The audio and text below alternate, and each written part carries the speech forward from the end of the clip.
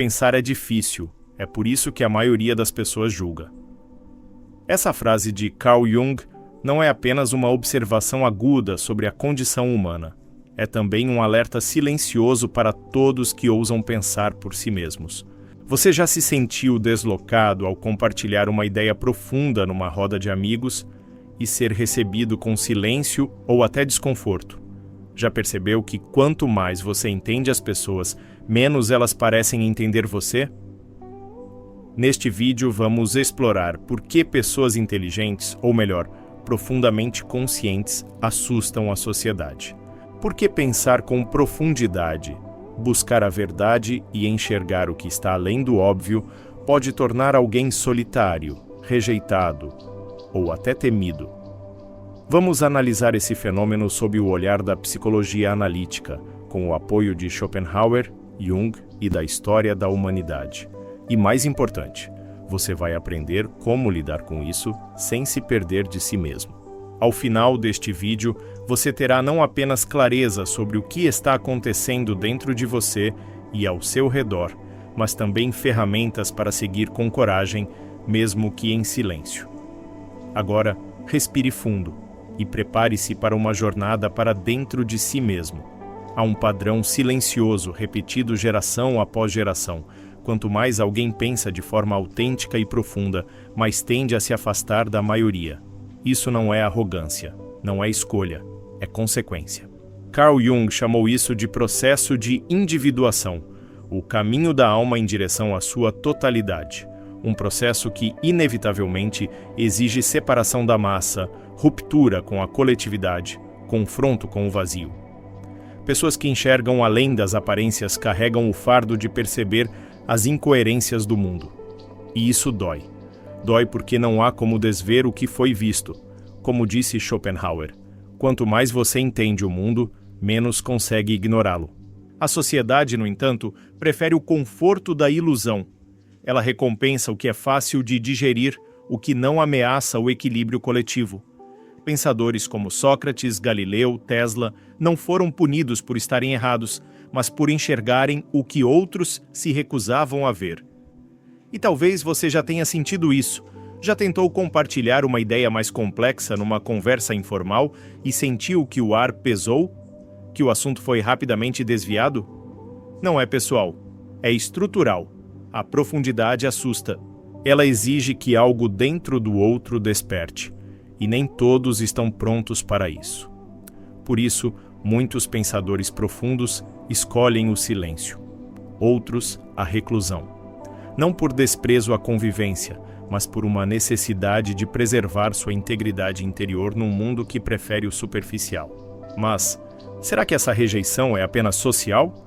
Ou existe algo mais instintivo, quase biológico, por trás desse afastamento? A resposta, em parte, está em um fenômeno psicológico conhecido como efeito espelho. Imagine que você entra em uma sala e, sem dizer uma palavra, sua presença faz com que os outros se inquietem. Não é o que você fala, mas o que você representa que os desestabiliza. Esse é o efeito que a inteligência profunda pode ter. Quando estamos diante de alguém fisicamente forte, podemos admirá-lo. Diante de alguém rico, talvez sintamos inveja. Mas quando nos encontramos com alguém visivelmente mais consciente, mais lúcido, algo diferente acontece. Sentimos-nos expostos. A inteligência verdadeira não apenas apresenta ideias, ela reflete limitações. Ela age como um espelho psíquico que devolve ao outro partes que ele talvez não queira ver em si mesmo. Jung falava da sombra como esse conteúdo inconsciente que negamos ou reprimimos. A presença de um pensador profundo pode ativar essa sombra coletiva. Inseguranças, dúvidas, fragilidades, tudo vem à tona, mesmo em silêncio. E a reação costuma ser de rejeição. A neurociência confirma isso. Um estudo da Universidade de Stanford, em 2021, mostrou que o sentimento de ameaça intelectual é mais forte em ambientes coletivos. Em conversas individuais, a ameaça é menor, mas em grupos, o jogo muda. O ego coletivo entra em modo de defesa e o pensador vira um problema, não porque esteja errado, mas porque está certo, cedo demais. E esse desconforto não se limita a uma sala, Ele se espalha pelas redes, pelas instituições, pelas estruturas, um mecanismo de proteção da identidade coletiva. Você já percebeu como muitas vezes ideias que desafiam o senso comum são descartadas com deboche? Ou como certas pessoas reagem com agressividade ao serem confrontadas com verdades desconfortáveis? Essa não é apenas uma defesa racional, é instintiva, é a amígdala cerebral, nosso sistema de alarme emocional, respondendo à presença de alguém que ameaça o equilíbrio psíquico do grupo. Mas o que leva uma mente a agir dessa forma? O que nos torna tão resistentes ao que poderia, na verdade, nos libertar? Talvez a resposta esteja na raiz da nossa motivação, o que realmente guia a maioria das pessoas. Para entender essa resistência profunda à inteligência e à verdade, precisamos olhar para a filosofia de Arthur Schopenhauer, um dos pensadores mais lúcidos e, ao mesmo tempo, mais desencantados da história. Para ele, a maioria das pessoas é guiada por uma força cega que chamou de vontade de viver.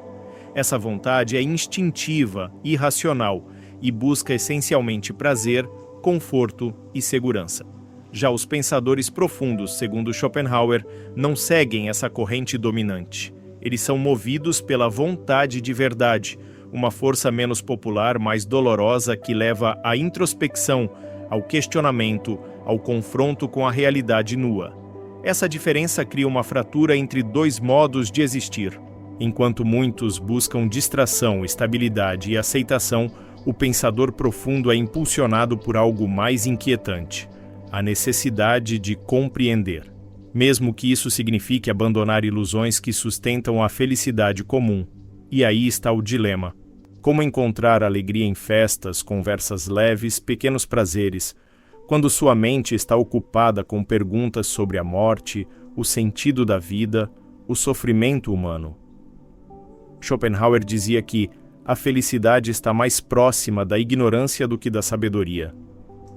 Porque quanto mais você entende, mais difícil é aceitar as máscaras do cotidiano, as pequenas mentiras sociais, os jogos de status, as repetições automáticas. E aqui se conecta com Jung. A busca pela individuação, pelo verdadeiro eu, muitas vezes afasta o indivíduo do coletivo.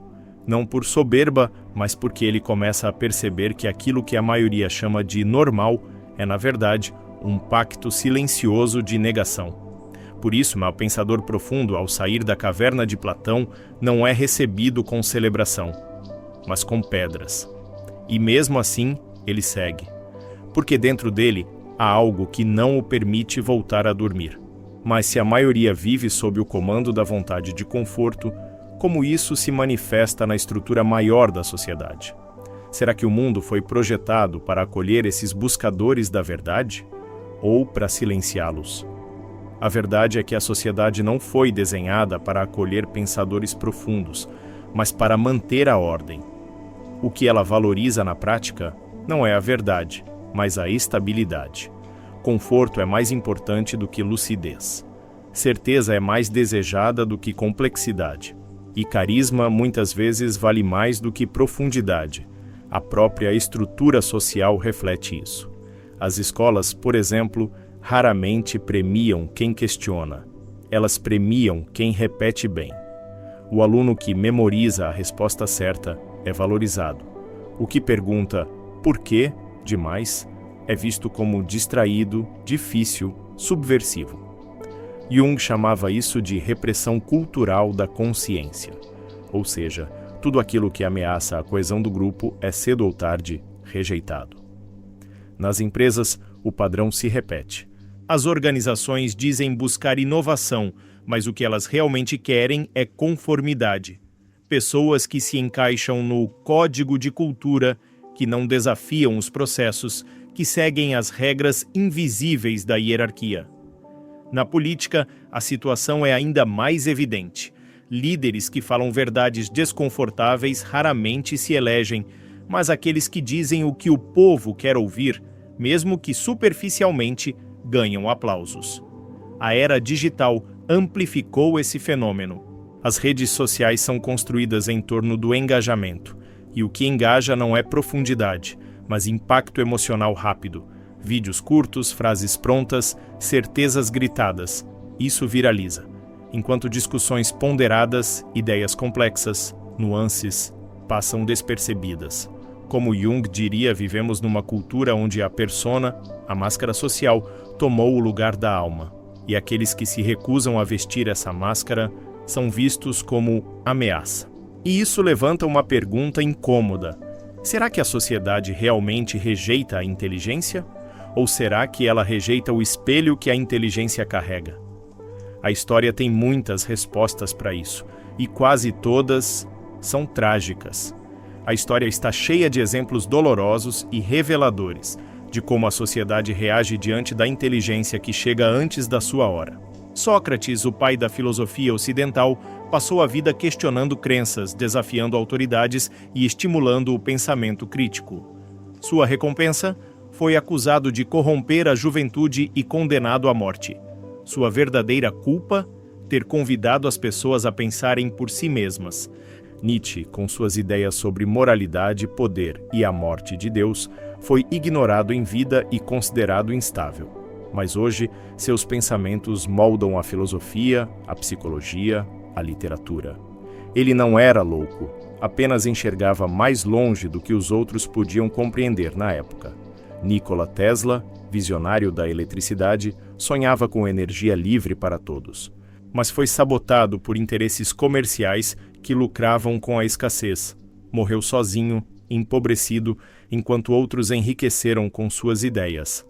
Hipátia de Alexandria, mulher filósofa, astrônoma e matemática, em uma era dominada por homens e fanatismo religioso, foi brutalmente assassinada por uma multidão. Seu crime? Ensinar razão numa época de intolerância. O que todos esses nomes têm em comum? Eles foram rejeitados em vida, ridicularizados, perseguidos, silenciados. Mas com o tempo, tornaram-se pilares do pensamento humano. Carl Jung dizia que tudo o que perturba o inconsciente coletivo é, no início, tratado como loucura ou heresia. A sociedade não teme a inteligência em si, mas o que ela representa, mudança. Mudança de crença, de valores, de estrutura. E por isso, muitas vezes, o gênio não é celebrado, é eliminado. Mas isso nos leva a um ponto crucial. Se você se identifica com esse perfil, se pensa profundamente, sente que está fora do lugar, ou carrega verdades difíceis de expressar. O que fazer? Como continuar sendo quem você é, sem ser esmagado por um mundo que prefere o silêncio à lucidez? Se você é alguém que pensa profundamente, sente intensamente e percebe o que muitos ignoram, saiba, o problema não está em você. Está em viver numa cultura que ainda não aprendeu a lidar com a profundidade. Carl Jung nos oferece um caminho, a integração, e não o exílio interior. Não se trata de se calar ou de se esconder, mas de compreender que sua visão é valiosa, mesmo que poucos estejam prontos para ela. Schopenhauer sugeria que a solidão não é castigo, mas privilégio. É nesse espaço, longe do ruído, que o verdadeiro pensamento floresce. Ele não via a solitude como ausência de vida, mas como fertilidade interior. Por isso, aceite a solidão criativa como parte do processo. Mas não se isole de tudo, busque por semelhantes. Eles existem. Talvez não ao seu redor, mas em livros, comunidades, diálogos seletivos, na arte, na filosofia. Adapte sua comunicação. Isso não significa simplificar suas ideias até que percam o sentido. Significa aprender a encontrar a linguagem certa para cada alma. Não jogue suas pérolas aos porcos, como diria a sabedoria antiga. Nem toda conversa precisa ser profunda, mas algumas precisam, e quando acontecerem, cultive-as como ouro. Você não precisa de milhões te aplaudindo. Basta encontrar aqueles que também caminham por dentro, ainda que em silêncio. Jung escreveu: aquele que não segue a multidão, muitas vezes se sente só. Mas essa solidão é o preço da autenticidade. Seja honesto com sua verdade, mesmo que ela custe aprovação, mesmo que custe companhia, porque há uma liberdade indescritível em viver com profundidade, mesmo que o mundo à sua volta prefira a superfície. E é justamente essa liberdade que transforma, que inspira. que faz a diferença, mesmo quando ninguém está olhando. Mas antes de encerrarmos, há algo que você precisa ouvir. Talvez a parte mais importante de todas. Você não é estranho por pensar profundamente. Você é raro. Num mundo que se alimenta de velocidade, superficialidade e distração, você é aquele que ainda para e pergunta: o que isso realmente significa? O que há por trás do que todos aceitam como normal? E isso naturalmente assusta. Como vimos, a inteligência, quando profunda, transformadora, viva, desestabiliza. Ela rompe padrões, incomoda zonas de conforto, derruba máscaras. Por isso ela é temida, mas também por isso é necessária. Carl Jung acreditava que o crescimento humano depende da coragem de olhar para dentro, mesmo quando o mundo inteiro aponta para fora. Esse caminho é solitário às vezes, mas não é vazio. Você faz parte de uma linhagem invisível, a dos que ousam enxergar, a dos que sabem que viver acordado, mesmo com dor, é infinitamente mais verdadeiro do que sonhar anestesiado. Pense nisso. As ideias que hoje movem o mundo um dia foram ridicularizadas. As almas que hoje admiramos foram, em seu tempo, rejeitadas. Portanto, se você sente que ninguém te entende, talvez seja porque você está vendo algo que ainda não foi visto. E o mundo precisa disso, mesmo que ele ainda não saiba. Se essa mensagem tocou algo em você, compartilhe com quem também carrega um mundo dentro de si. E lembre-se, a verdade pode ser solitária, mas nunca está sozinha.